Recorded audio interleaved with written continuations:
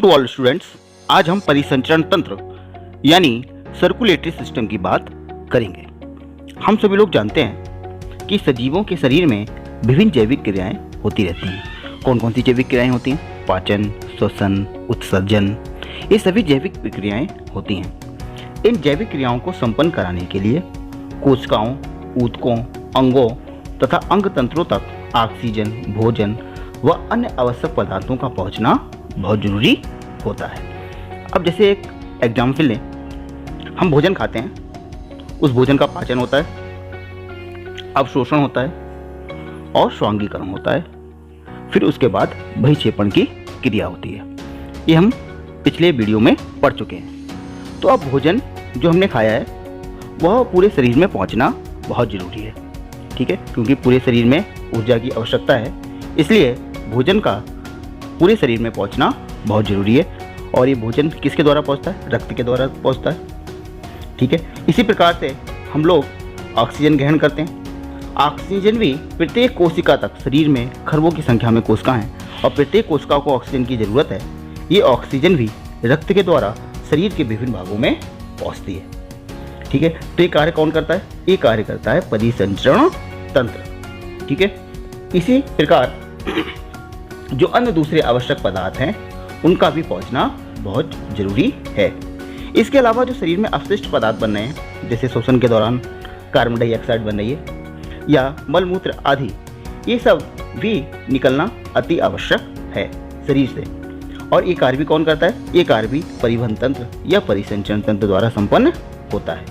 बहुकोशिकीय जीवों में परिवहन तंत्र निम्न भागों से मिलकर बनता है। यदि हम परिसंचरण तंत्र की बात करें तो मुख्यतः 3 इसके भाग हैं। एक रुधिर, दूसरा हृदय और रुधिर वाहिनियां।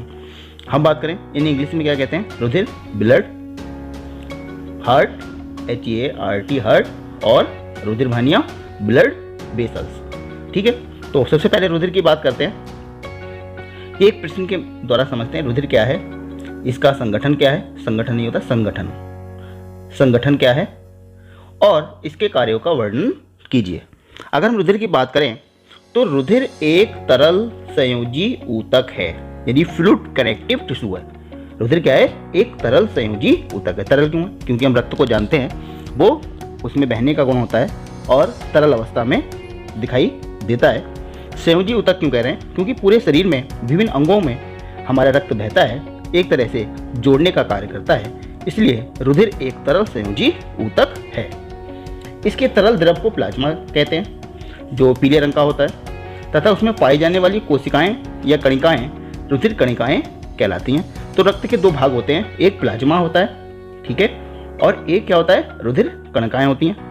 प्लाज्मा कुल रुधिर का 55% होता है, जबकि जो कणिकाएं हैं वो 45% भाग बनाती हैं। इस बात को ध्यान रखना है। दूसरा, प्लाज्मा हल्के पीले रंग का तरल द्रव होता है। ये भोजन, CO2 तथा नाइट्रोजनी वर्ज्य पदार्थ का विलीन रूप में वहन करता है, ठीक है। यानी जो प्लाज्मा है उसमें भोजन, CO2, नाइट्रोजनी जो वर्ज्य पदार्थ हैं, जो उत्सर्जन की क्रिया में बाहर निकलते हैं, जो हमारे शरीर के लिए हानिकारक होते हैं, वह सब घुल जाते हैं प्लाज्मा में और जो है शरीर से बाहर निकलने में ये प्लाज्मा मदद करता है। फिर रुधिर कणिकाएँ 3 प्रकार की होती हैं। एक लाल रुधिर कणिकाएँ, जिन्हें रेड ब्लड कॉर्पस्कल्स या RBC कहते हैं। दूसरा होती है श्वेत रुधिर कणिकाएँ या वाइट ब्लड कॉर्पस्कल्स या WBC के नाम से जानते हैं। और तीसरा होता है प्लेटलेट्स। यदि लाल रुधिर कणिकाओं की बात करें तो इनका रंग हीमोग्लोबिन नामक वर्णक के कारण लाल होता है। हमने सुना भी है प्रश्न कि हमारे शरीर में रक्त का रंग लाल क्यों होता है? वो हीमोग्लोबिन की उपस्थिति के कारण होता है। यदि हीमोग्लोबिन की बात करें तो शरीर में ऑक्सीजन व CO2 का परिवहन इसी जो हीमोग्लोबिन है इसके द्वारा होता है। यानी श्वसन की क्रिया में जब हम ऑक्सीजन लेते हैं वो हीमोग्लोबिन के द्वारा ही पूरे शरीर में पहुंचती है। और CO2 भी ये CO2 के परिवहन का भी कार्य करता है। यानी जो CO2 है, श्वसन क्रिया के दौरान जो CO2 बनती है, वो CO2 भी जो है फेफड़ों तक इसी हीमोग्लोबिन के द्वारा आती है।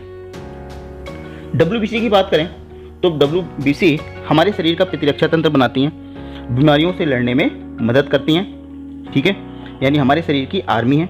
बाहर से जो भी जीवाणु आते हैं, वायरस आते हैं, ठीक है, या जो भी जो है ऐसे कण आते हैं जो हमारे शरीर को हानि पहुंचा सकते हैं, वह मारने का काम, उनसे फाइट करने का काम कौन करता है? श्वेत रुधिर कणिकाएं या WBC करती हैं। प्लेटलेट्स शरीर में थक्का बनाने का, यानी जो रक्त का थक्का बनाने का कार्य करती हैं। कभी कभी चोट लग जाती है तो आपने देखा होगा कि वहाँ पर एक थक्का बन जाता है, रक्त का एक थक्का बन जाता है, ये प्लेटलेट्स के कारण बनता है।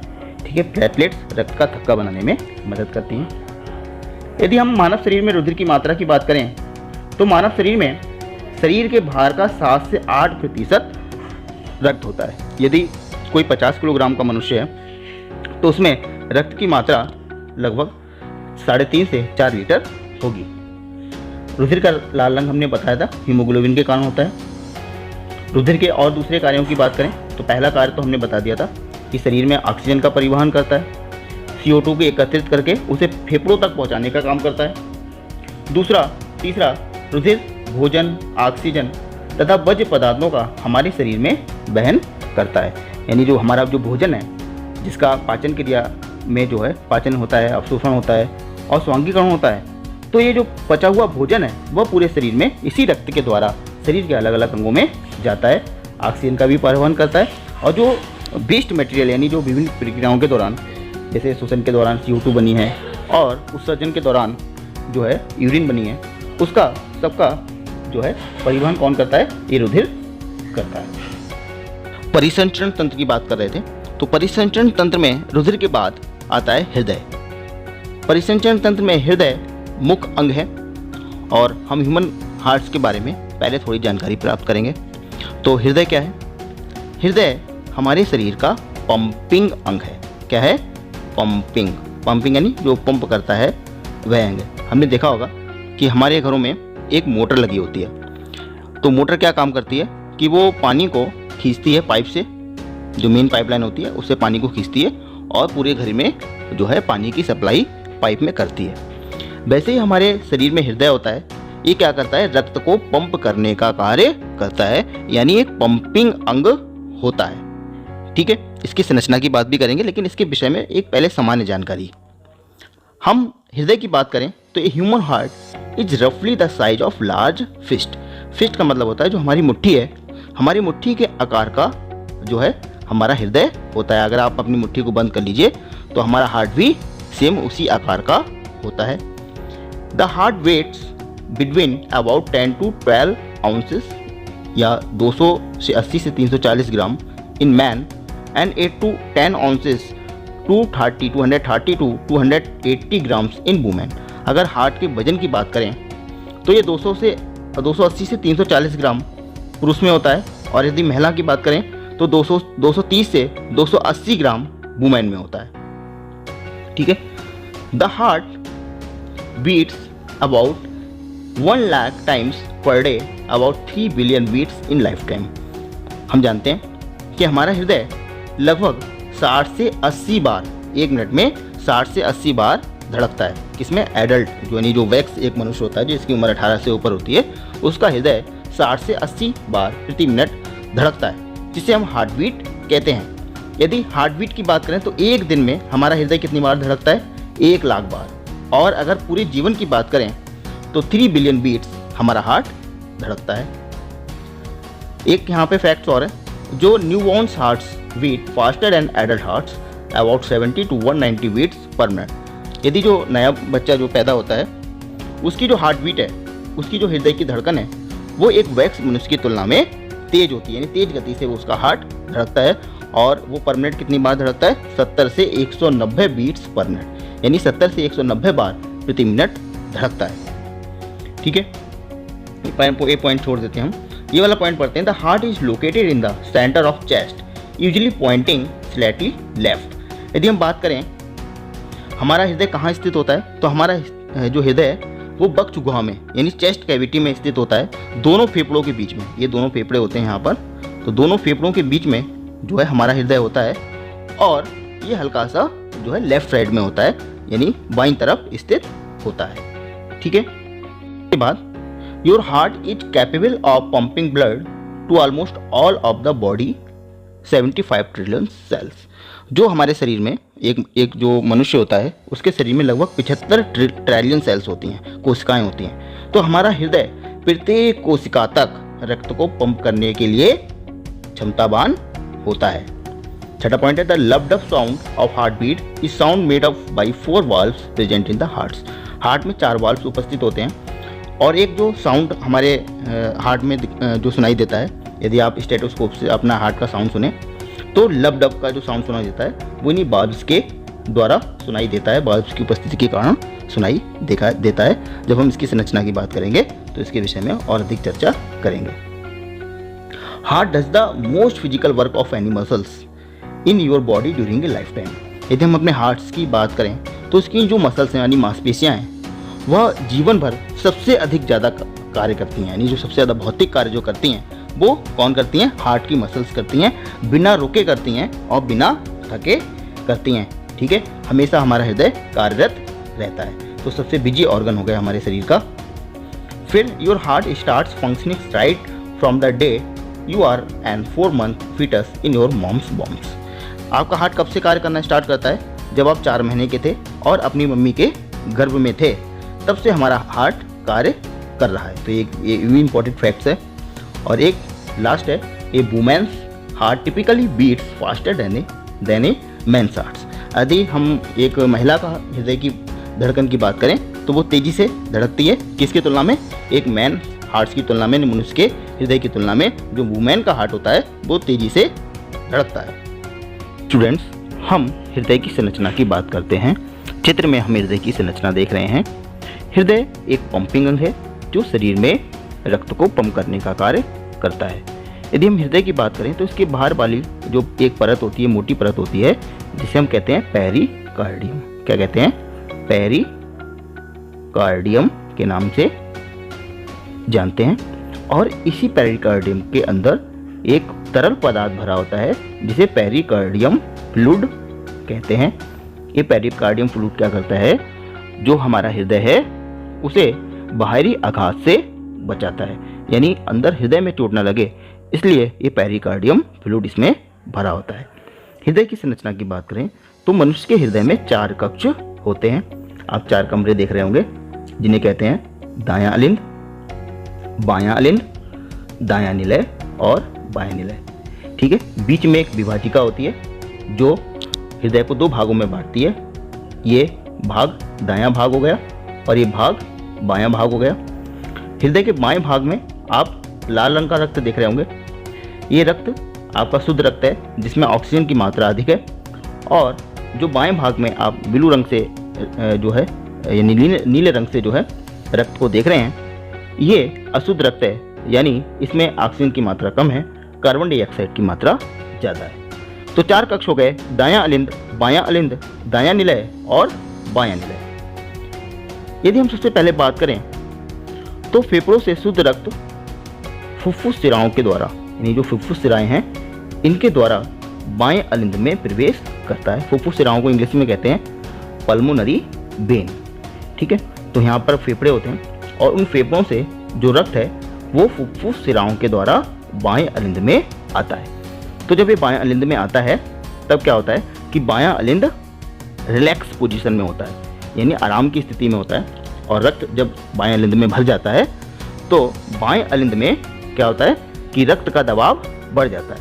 और रक्त का दबाव बढ़ने से जो इसमें वाल्व लगे हैं, यानी जो बाएं अलिंद और बाएं निलय है, इसके बीच में क्या है? वाल्व लगे हैं। तो ये वाल्व जो है खुल जाते हैं और जो रक्त है वो कहाँ आ जाता है?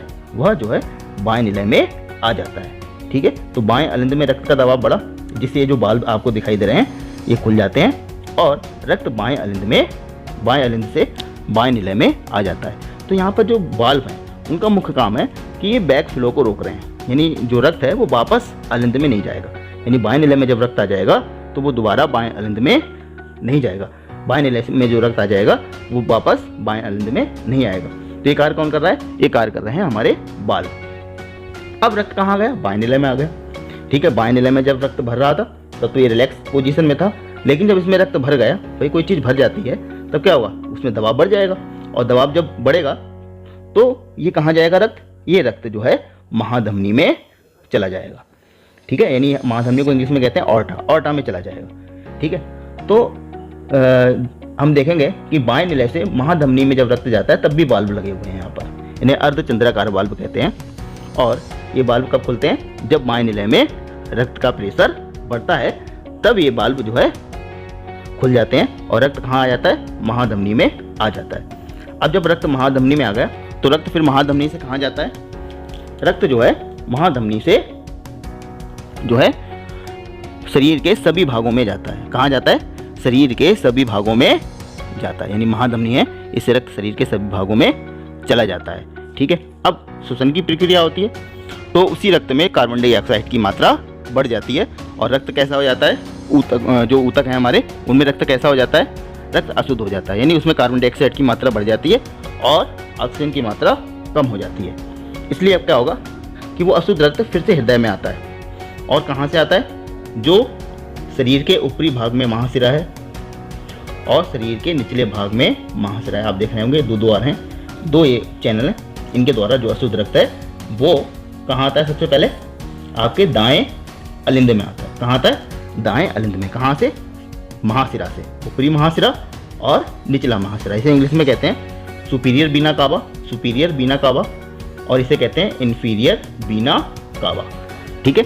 तो यहाँ से रक्त कहाँ आता है? दाएं अलिंद में आता है और दाएं अलिंद में जब रक्त का दबाव बढ़ता है तो फिर इसमें वाल्व होते हैं लगे हुए, दाएं अलिंद, ये जो दाएं अलिंद है और दाएं निलय के बीच में ये वाल्व दिख रहे हैं आपको, ये वाल्व खुल जाते हैं और रक्त कहाँ जाता है? दाएं निलय में आ जाता है। तो जब ये दाएं निलय में प्रेशर बढ़ता है रक्त का, ठीक है, अब रक्त कहाँ गया? दाएं निलय में। तो दाएं निलय में जब प्रेशर बढ़ेगा तो रक्त कहाँ जाएगा? ये देखिए फिल वाल्व लगे हुए हैं, इसी वाल्व जब खुल जाएंगे, ये वाल्व खुल जाएंगे और रक्त कहाँ जाएगा? फुफ्फुस धमनियों में, यानी पल्मोनरी आर्टरी में आ जाएगा। ये क्या है? Pulmonary artery. ठीक है। यहाँ पर रक्त आ जाएगा और जो फुफ्फुस धमनियाँ हैं वो किससे जुड़ी हुई हैं? फेफड़ों से जुड़ी हुई हैं। ठीक है। अब फेफड़ों में जब ये रक्त जाएगा, किसके द्वारा जाएगा? फुफ्फुस धमनियों के द्वारा जाएगा। ये रक्त कैसा होगा? ये रक्त अशुद्ध रक्त होगा, डीऑक्सीजनेटेड रक्त होगा, जिसमें कार्बन डाइऑक्साइड की मात्रा अधिक होगी। ठीक है।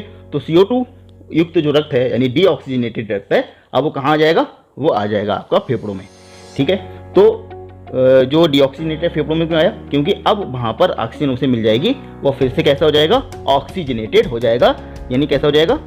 शुद्ध रक्त में बदल जाएगा और फिर से वो शुद्ध रक्त जो है इन्हीं फुफ्फुस शिराओं में पहुँचेगा। तो दोहरा परिसंचरण की बात करें तो मनुष्य का में दोहरा परिसंचरण होता है, डबल सर्कुलेशन होता है। दोहरा परिसंचरण इसे इसलिए कहते हैं क्योंकि मनुष्य के शरीर में 2 बार रक्त प्रवेश करता है। हमने देखा कि एक फुफ्फुस शिरा के द्वारा शुद्ध रक्त बाएं अलिंद में आता है और इसी प्रकार महाशिरा, जो दोनों महाशिरा हैं, अग्र महाशिरा और पक्ष महाशिरा, इनके द्वारा अशुद्ध रक्त दाएं अलिंद में आता है। इस प्रकार जो हृदय है उसमें 2 बार रक्त प्रवेश करता है, इसलिए जो मनुष्य का सर्कुलेशन है वो डबल सर्कुलेशन है, यानी दोहरा परिसंचरण है। दोहरा परिसंचरण का क्या लाभ है? यहाँ पर आप देख रहे हैं शुद्ध रक्त है और यहाँ पर अशुद्ध रक्त है। तो दोहरा परिसंचरण का लाभ यही है कि जो शुद्ध रक्त है वो अशुद्ध रक्त के साथ नहीं मिलता है। अब इसकी मिक्सिंग नहीं होती है, इससे हमें क्या लाभ है?